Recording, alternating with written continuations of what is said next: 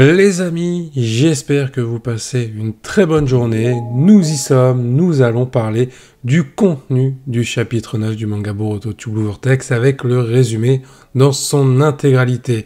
Si vous souhaitez encore plus d'informations, encore plus d'images, ça se passe sur mon serveur Discord, le lien est dans la description. Trêve de bavardage, on passe à ce qui nous intéresse avec le contenu de ce futur chapitre. Ce chapitre 9 sortira le 18 avril 2024 et la cover de celui-ci sera représentée par le trio de l'équipe 10 Ino Chikacho. Le début du chapitre commence avec Boruto et Kashin Koji faisant le point sur la situation dans un endroit isolé qui ressemble à l'un des repères d'Orochimaru. Un crapaud les interrompt après avoir retrouvé un shinobi de Konoha tué. Boruto part aussitôt rejoindre le village. Face à Imawari et l'équipe 10, Jura fait allusion à Kurama quand il parle de la sœur de Boruto. Au même moment, Kawaki se réveille et parle à Delta de ce qui s'est passé. Pendant que Kashin Koji surveille ce qu'il se passe à Konoha avec un crapaud, Boruto est entré en contact avec Shikamaru. Ce dernier l'informe de la présence des deux Shinju, Jura et Hidari. Quelques instants après, Boruto et Kawaki se font face. Obnubilé par son obsession de tuer Boruto, Kawaki lance les hostilités.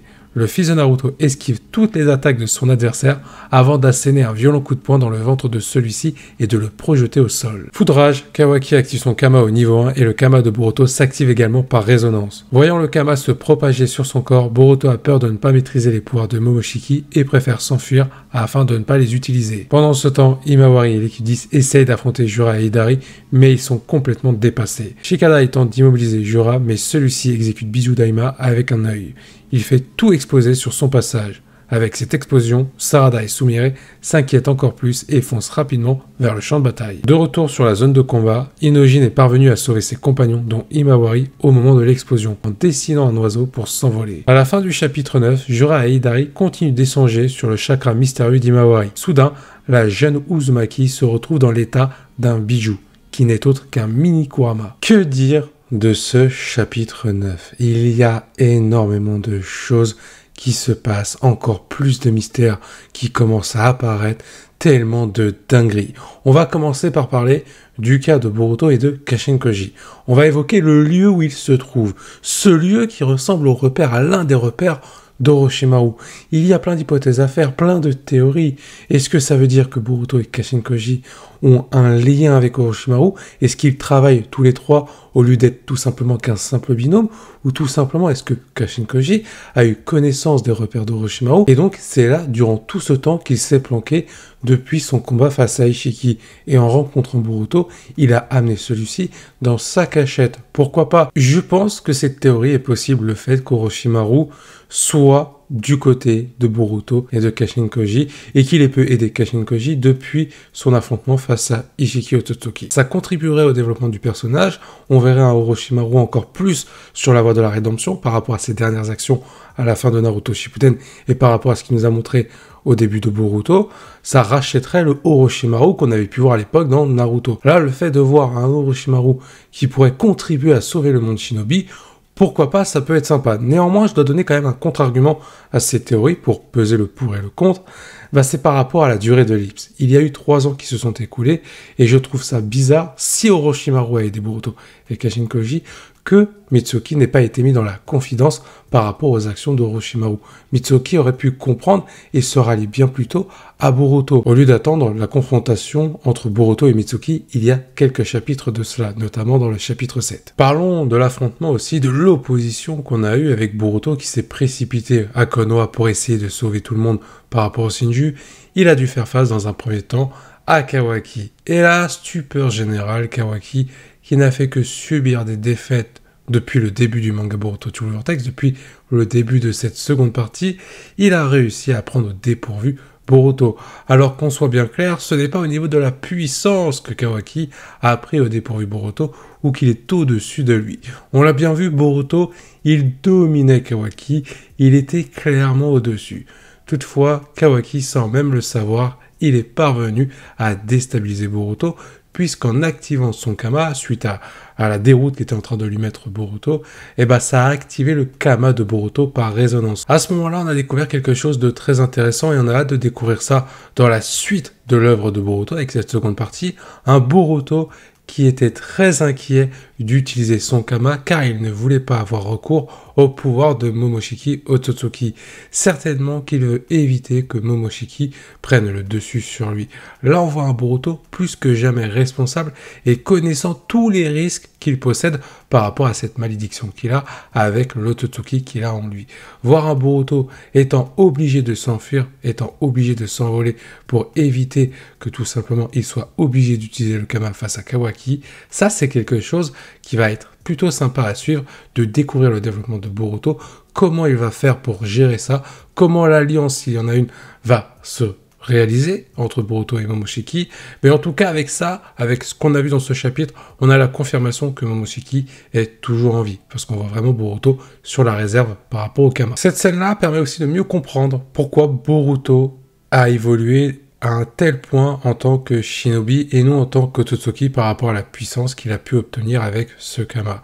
On voit un Boruto qui a évolué un petit peu avec l'esprit de Sasuke, l'esprit de Kashinkoji, l'esprit de ses origines par rapport notamment à son grand-père Minato, aussi Naruto, et on a pu voir un Boruto évoluer dans la mentalité. Et on nous montre aussi un Boruto qui a voulu absolument éviter d'utiliser le Kama ou de s'entraîner avec pour maîtriser encore mieux les pouvoirs de l'Otsutsuki qu'il a en lui, c'est-à-dire Momoshiki. Et ça creuse encore une fois, ironie de l'histoire, ça creuse la différence entre Boruto et Kawaki. Un Boruto qui veut s'entraîner en tant que ninja et rester sur ses acquis-là, alors que Kawaki n'hésite pas à utiliser le Kama sans cesse, alors que ça le répugne initialement. Je trouve que l'ironie de l'histoire est plutôt incroyable. Du côté de Konoha, même si on y était déjà, on va parler de la zone de combat, là où se trouve Jura et Dari face à l'équipe 10 et Imawari. Et comme il fallait s'y attendre, Jura et Dari sont clairement au-dessus. Tout ce que tente l'équipe 10, ça ne sert strictement à rien. Shikadai tente même la manipulation des ombres sur Jura, mais Jura, sans sourciller, il nous sort un Bijudama sur la tronche de l'équipe 10, ce qui provoque une véritable explosion. Alors là, sur cette scène-là, il n'y a quasiment plus aucun doute. Le personnage de Jura, soit c'est l'alter ego de Jigen, soit c'est l'alter ego de Jubi, parce que clairement, pour nous sortir des techniques comme ça, avec des connaissances qu'il possède, qu'on avait pu découvrir dans les chapitres précédents, je ne vois que ces deux hypothèses. Mais on peut être surpris, il peut y avoir une autre dinguerie, ça se trouve, Jura, c'est l'alter ego de quelqu'un d'autre.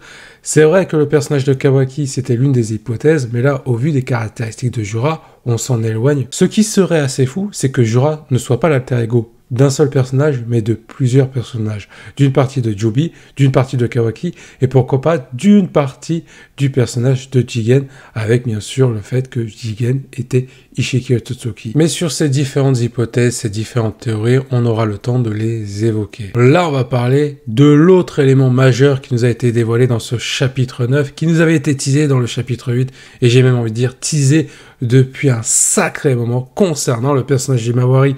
Parce que oui, dans ce chapitre, nous voyons Kurama. Alors pas le Kurama qu'on connaissait à l'époque, avec notamment Naruto, mais un bébé Kurama, un petit Kurama, un Kurama Junior, on va l'appeler comme ça, au fin fond de l'esprit d'Imawari. Une Imawari qui possède ce chakra. On comprend mieux les interrogations de Jura et d'Hidari concernant le mystérieux pouvoir que possédait Imawari.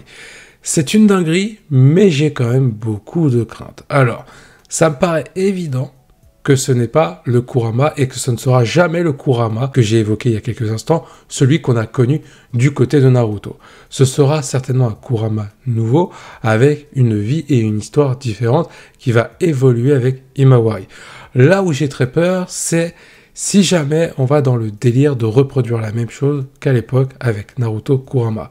Je veux quelque chose d'inédit avec Imawari. Le fait de faire revenir une version bébé de Kurama, qui appartient un petit peu aux origines de Kurama malgré tout, j'espère qu'on va réussir à se détacher de l'image de celui qu'on avait précédemment pour créer quelque chose d'original et pas trop de copier-coller. Ça risque vraiment de tuer le développement de ce bijou pour le coup, et ça risque peut-être de freiner aussi l'évolution d'Imawari, parce qu'on se dira, ça on l'a déjà vu, on sait ce qui va arriver. Nous, ce qu'on veut, c'est découvrir de l'inédit et de la surprise. Par contre, la question que je me pose, alors, est-ce que déjà il va vraiment s'appeler bébé Kurama, Kurama Junior? Ça se trouve, il aura un autre nom, il va juste ressembler à Kurama, mais ça va être quelque chose d'autre.